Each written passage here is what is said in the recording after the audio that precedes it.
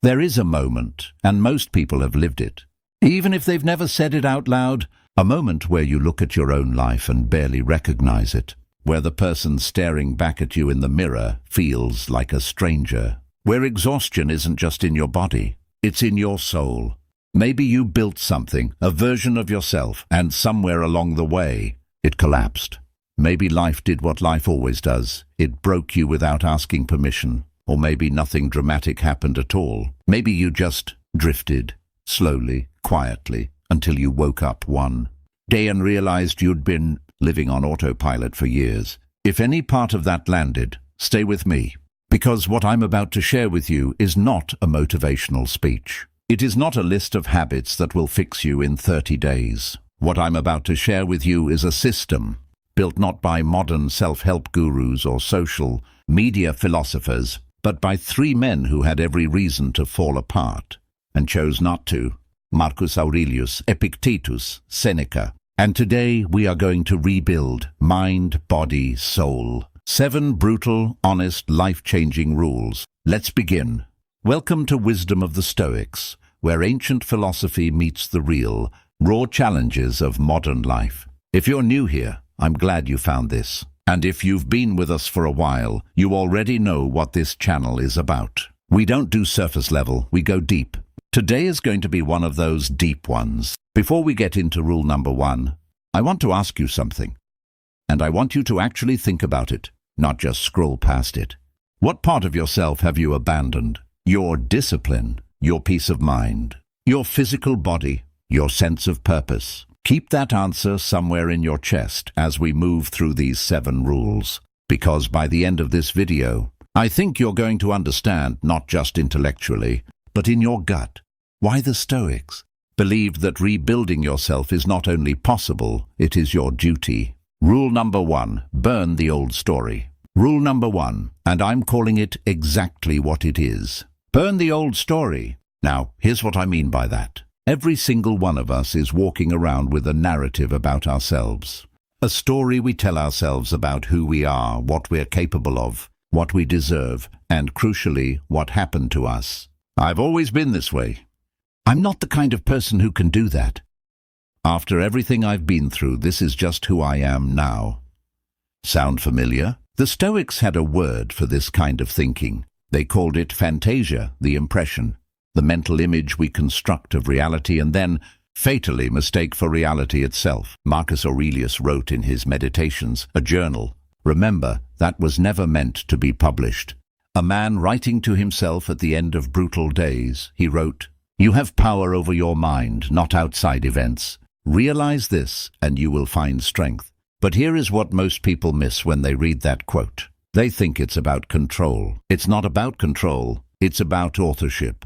The Stoics understood something that modern neuroscience is only now catching up to. The story you tell about your past determines the trajectory of your future, not the events themselves. The story about the events. Let me give you an example that might hit closer to home than you expect. 2 people go through a painful divorce. Same legal process. Same loss, same grief. One person tells themselves, "I wasted years of my life. I'm damaged. I don't know who I am anymore." The other person tells themselves, "That relationship revealed something important about what I need. This is the beginning of something I couldn't have reached without going through this." Same event. 2 completely different trajectories. That is not toxic positivity. That is not pretending the pain didn't happen. That is what the Stoics called reframing, and it is the foundational act of every single rebuilding journey. Epictetus, the man who was born a slave, who was literally tortured by his master, who had his leg broken and reportedly looked at his tormentor calmly and said, "You are going to break it." That man wrote, "Men are disturbed not by the things which happen, but by the opinions about the things." He wasn't dismissing pain. He lived more pain than most of us will ever know. He was saying, the story is the lever, and the story is the one thing that is always, always in your hands. So here is your first brutal assignment if you're serious about rebuilding. Identify the story you've been using as a prison. What narrative have you repeated so many times that it's calcified into an identity? Write it down, look at it, And then ask the Stoic question, is this story true, or is it merely familiar? Because familiar and true are not the same thing, and the Stoics knew that the most dangerous prison is the one you build inside your own mind, because it has no visible walls. Rule number 2, make peace with your mortality, then use it. Rule number 2, and this one makes people uncomfortable. Good. The Stoics were obsessed with death, not in a morbid, nihilistic way, in a clarifying way. They had a practice, a daily, almost ritualistic practice, called memento mori. Remember that you will die. Marcus Aurelius wrote, you could leave life right now.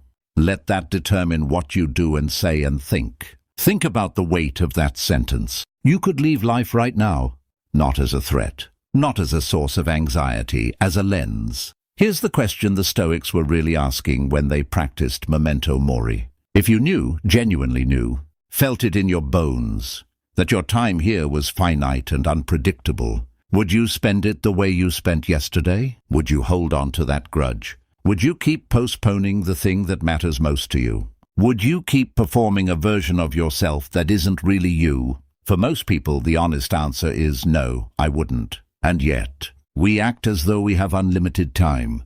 We procrastinate our real lives. We defer our healing. We say, I'll deal with that eventually, as if eventually is guaranteed. Seneca, the philosopher who wrote with the urgency of a man who knew exactly how little time he had, wrote one of the most devastating sentences in all of ancient philosophy. It is not that we have a short time to live, but that we waste a great deal of it. He wasn't talking about productivity. He wasn't talking about optimization. He was talking about presence. We live in the most distracted era in human history, and the Stoics, somehow, from 2,000 years ago, diagnosed our exact disease. We are not short on time. We are short on intentionality. Now here's where this becomes a tool for rebuilding. When you make peace with your mortality, not as an abstract concept, but as a lived reality, something profound happens. Your priorities clarify with a sharpness that no life coach can manufacture. The things that seemed urgent stop feeling urgent. The things that seemed too scary to attempt stop feeling so frightening, because the alternative to attempting them is running out of time having never tried. There is a story, possibly apocryphal, but powerful regardless, of a Roman general who, when he won a great military triumph and paraded through Rome to the cheers of thousands, had a slave standing behind him in his chariot, whispering into his ear, memento mori. Remember you will die, not to destroy the joy of the moment, but to sharpen it, to make it real, to prevent the general from becoming drunk on ego and losing sight of what actually mattered. That is the second rule. Remember that you will die, and let that memory rebuild you. Because when you truly internalize your finitude, you stop wasting your days on things that don't matter. And you start, sometimes for the first time, actually living. Tell me in the comments right now, and I genuinely want to know this. What is the one thing you've been putting off that, if you truly remembered your mortality, you would start today? Drop it below. You might inspire someone else in this community who needed to see exactly that. Rule number 3, discipline your body to free your mind. Rule number 3, and this is where it gets physical. Here is something the Stoics understood that modern wellness culture often gets exactly backwards. You cannot rebuild your mind if you have abandoned your body. They are not separate.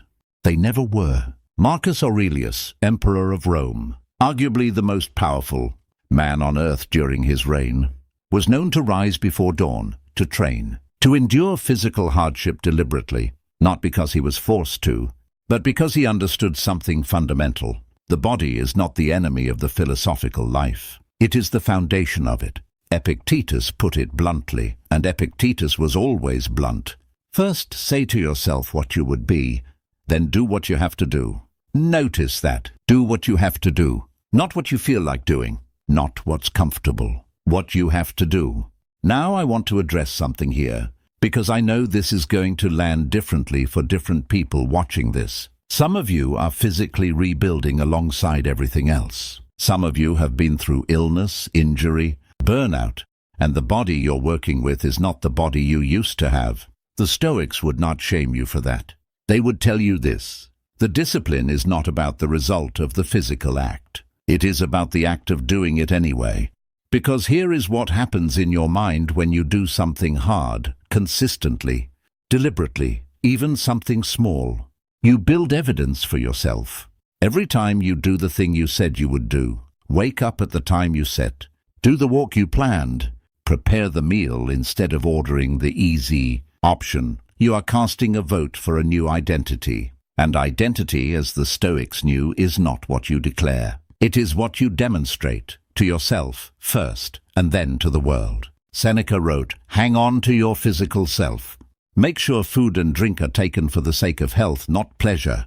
Again, the Stoics were not ascetics for the sake of suffering. They were disciplined for the sake of clarity.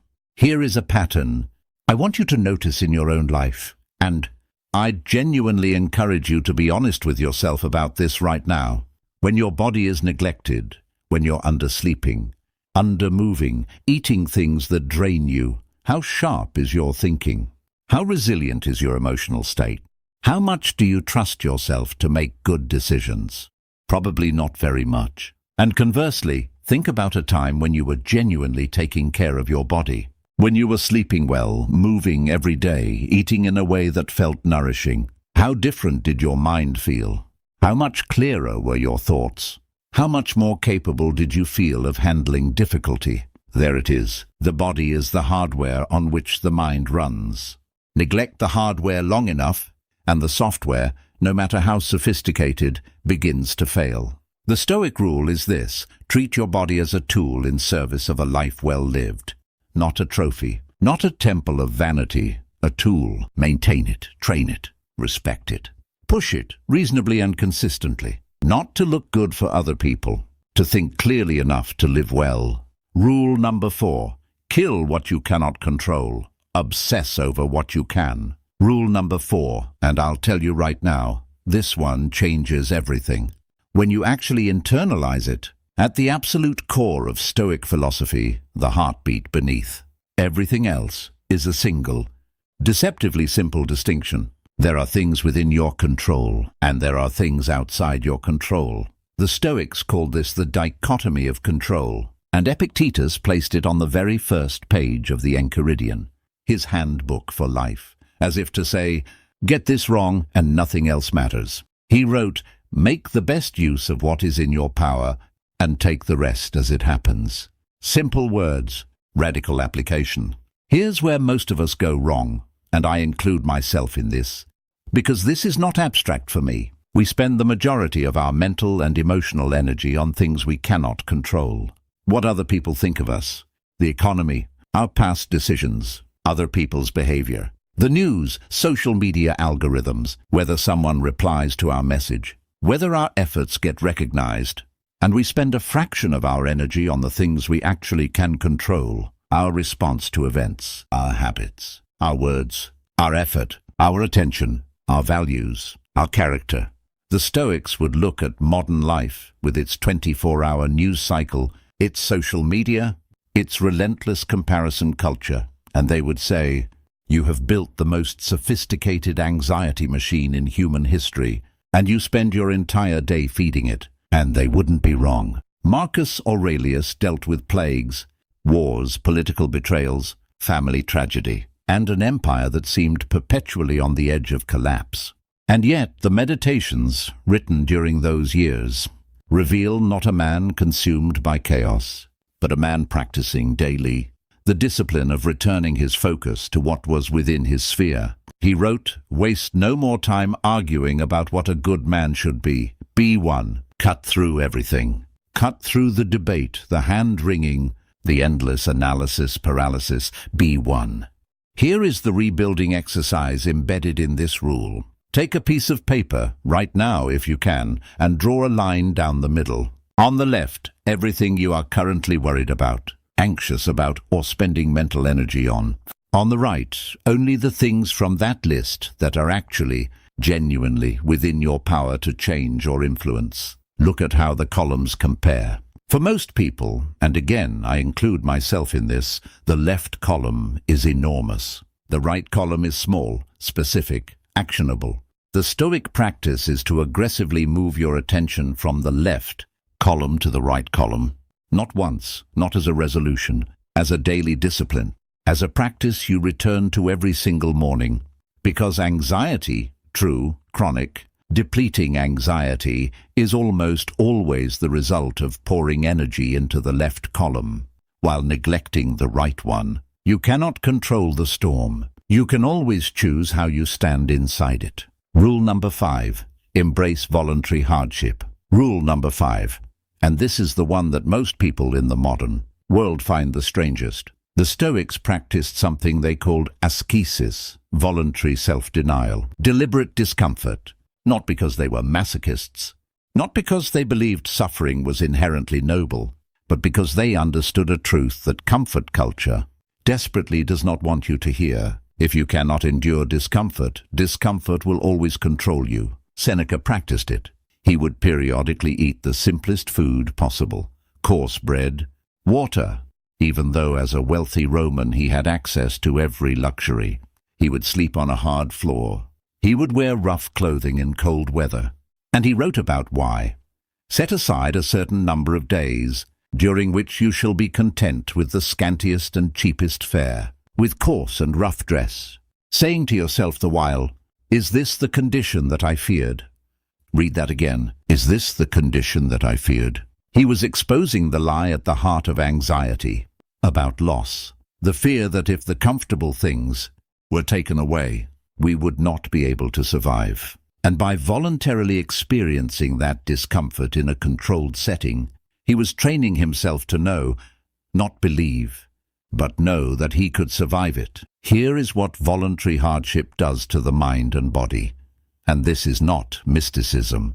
This is biochemistry and psychology meeting ancient wisdom. When you deliberately choose discomfort, when you are the one initiating the hard thing, not having it thrust upon you, you shift from a posture of victim to a posture of agent. You stop being someone to whom things happen.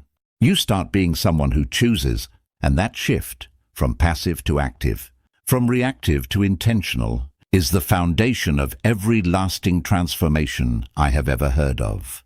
This doesn't have to be dramatic. You don't need to climb a mountain or take an ice bath in a frozen lake, though those things have their place. It can start small, deliberately small. Wake up at the time you said you would, even when you don't feel like it. That is voluntary hardship. Skip the comfort food when you're emotional and sit with the emotion instead. That is voluntary hardship. Do the hard conversation you've been avoiding. That is voluntary hardship. Spend 1 hour in silence with no entertainment, no distraction, just yourself and your thoughts. For most people today, that is genuinely the hardest one. Every time you choose the hard thing voluntarily, every time you are the author of your own difficulty, you are doing what the Stoics called building the soul, not the body, not the resume, the soul. And that brings us to something I want to pause on for a moment, because it leads us directly into Rule 6, if you've been finding this valuable. If something in this video has already shifted something for you, please take a second and hit that like button. It genuinely helps this content reach people who might need exactly this. And if you haven't already subscribed to this channel, now is a good time. We go this deep every single week. Rule number 6, practice amor fati, love what is. Rule number 6, and if I'm honest with you, this is the one that took me the longest to understand. Not intellectually, actually understand. The Stoics, and most famously, Marcus Aurelius, practiced something they called amor fati, love of fate, not acceptance of fate, not resignation to fate, love of fate. Every circumstance, every setback, every loss, every humiliation, every failure, everything that was not supposed to go the way it went. Love it. Now, before you close this video or write this off as idealism, hear me out. Because this concept, when you actually understand what the Stoics meant by it, is one of the most empowering ideas in the entire history of philosophy. Marcus Aurelius wrote, "A blazing fire makes flame and brightness out of everything that is thrown into it." That is amor fati, Not that the bad things that are thrown into your life are good, but that if you are the fire, if your character is the fire, then everything that happens to you becomes fuel. Difficulty becomes fuel, loss becomes fuel, failure becomes fuel, betrayal becomes fuel, illness becomes fuel, rejection becomes fuel, not because those things didn't hurt, but because the quality of your response, the choice you make about what to do with what happened to you, is entirely, absolutely unequivocally yours. Seneca wrote, "The mind that is anxious about future events is miserable." And the inverse of that, the mind that has made peace with the past, that has chosen to love what is rather than mourn what was supposed to be, that mind is capable of extraordinary things. Let me be clear about something, because I think this rule is often misunderstood. Amor fati is not about pretending you are okay when you are not. It is not about suppressing grief or bypassing the legitimate pain of real loss. The Stoics felt things. Marcus Aurelius mourned. Seneca grieved. Epictetus was a man who lived in chains and knew what despair smelled like.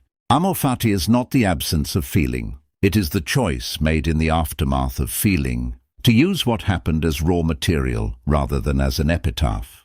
Here is the question this rule asks you to sit with. What is something that has happened to you? Something you didn't choose? Something that hurt? Something you are still in some way carrying, that you have not yet been able to love? Not excuse, not rationalize. Love, as in, what might this have been preparing you for? What might you only be capable of now because of what that experience demanded of you? That is not a question with an easy answer. The Stoics never promised easy answers. But it is the question that separates people who are rebuilt by their hardship from people who are merely broken by it. Rule number 7, build your character as if it is the only thing that survives. Rule number 7, the final rule, and I've saved this one for last. Deliberately, because everything else in this video leads here. The Stoics believed that there is exactly one thing that cannot be taken from you. Not your health, that can be taken. Not your wealth, that can be taken. Not your reputation, that can be taken, and often wrongly. Not even the people you love. Death takes them, or time does. The one thing that cannot be taken from you is your character. The quality of the choices you made. The integrity you maintained when no one was watching. The kindness you offered when kindness cost you something. The discipline you practiced when the world would have forgiven you for giving up. Marcus Aurelius wrote, "Mai siti tondabi." And this may be the most important sentence in the entire Meditations. Waste no more time arguing about what a good man should be. Be one. Not think about being good. Not aspire to being good. Not post about being good. Be one. Here is what the Stoics understood about character that modern culture has almost entirely forgotten. Character is not a destination. It is a practice. It is built or destroyed in the 10,000 small choices that no one sees. The moment you choose honesty when lying would be easier. The moment you choose patience when impatience is boiling in your chest. The moment you choose to be present for someone when distraction would be more comfortable. Each of those moments is a vote. And over a life, over years of those votes, you build something, or you don't. Epictetus said, "First say to yourself what you would be, then do what you have to do." Notice the order. First decide who you are going to be, then act accordingly. Not wait to see how I feel, then decide. Not act according to my mood. Not be good when it's convenient. Decide, then act. The rebuilding of your soul, which is what this video has always been about, beneath every rule, is ultimately a question of character. You can rebuild your mind by telling a better story. You can rebuild your body by embracing discipline. You can rebuild your emotional life by practicing the dichotomy of control. But what holds all of that together? What makes the rebuilding permanent rather than just another fresh start that fades in 3 weeks is character, because character is what you are when the enthusiasm is gone, when the motivation has evaporated, when no one is cheering for you, when the results haven't come yet, when it would be so easy, so understandable, so human to stop. That is the moment character speaks. And the Stoics believed, and 2,000 years of evidence suggests they were right, that a person of genuine character cannot be ultimately broken by anything the world throws at them. They can be hurt. They can be knocked down. They can grieve, fail, lose, suffer, but they cannot be broken because the thing at their core, the character, is theirs. Entirely, permanently, irrevocably theirs. And no empire, no tragedy, no diagnosis, no betrayal, no failure can touch it. 7 rules. 7 ancient, battle-tested, 2,000-year-old truths. Let's say them out loud one more time. 1. Burn the old story. 2. Make peace with your mortality, then use it. 3. Discipline your body to free your mind. 4. Kill what you cannot control. Obsess over what you can. 5. Embrace voluntary hardship. 6. Amor fati. Love what is. 7. Build your character as if it is the only thing that survives. I want to say one last thing before we close. These rules are called brutal. In the title of this video, I called them brutal because they do not offer you comfort. They do not tell you that you deserve ease, or that the world owes you a break, or that healing should happen on a timeline that feels fair. They don't offer those things because those things are not the point. What the Stoics offer instead is far better. Agency, the unshakable knowledge that no matter what has happened, no matter how far you feel from the person you want to be, the next choice is always yours. And if the next choice is yours, then the next hour is yours. And if the next hour is yours, then the next day is yours. And if you string enough of those together, with discipline, with honesty, with character, then the life is yours. That is the Stoic promise. Not easy, not comfortable, but real. And I genuinely believe, that every single person watching this video right now is capable of exactly that. If this video meant something to you, if even one of these rules landed in a way that shifted something, share it with someone who needs it. You don't have to know exactly what they're going through. Sometimes we share things because we sense that someone needs to hear that they are not broken beyond repair. Leave a comment and tell me which of these 7 rules spoke to you the most. And more importantly, what is the first thing you're going to do differently, starting today? I read every comment on this channel. I want to hear from you.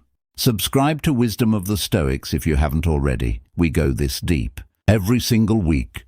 There is much more to explore. The ancient wisdom is vast, and we've only just begun. And until next time, remember what Marcus Aurelius wrote to himself, alone at the end of long and difficult days. You have power over your mind, not outside events. Realize this, and you will find strength. Go find yours. If you enjoyed this, you'll love our video on Marcus Aurelius, advice for people who feel tired of life, linked right here. And we have something on Stoic habits for managing overthinking that might be exactly what you need next. Both are on screen now. See you the